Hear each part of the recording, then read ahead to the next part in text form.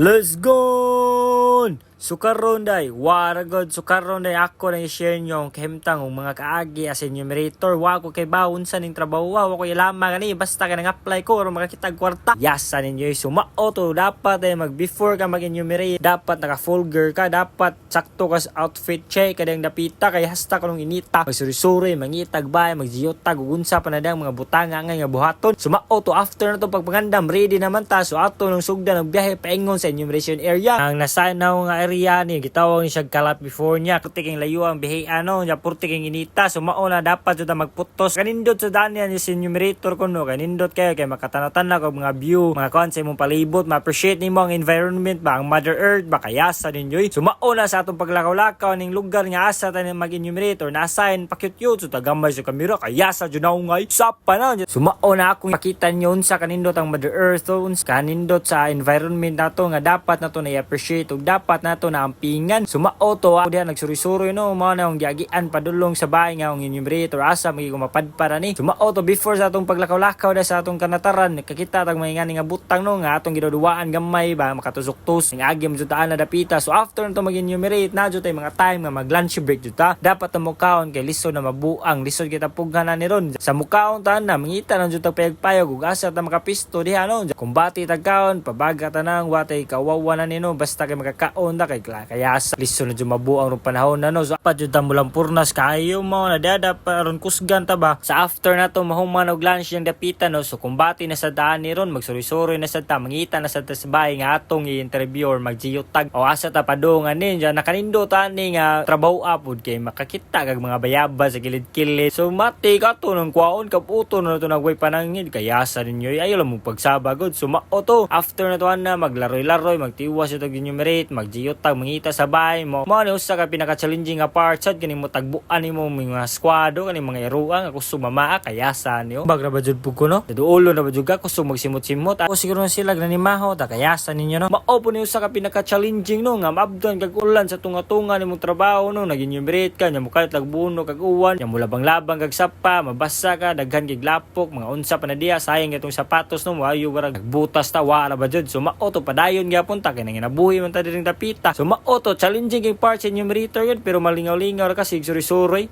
waragod let's go.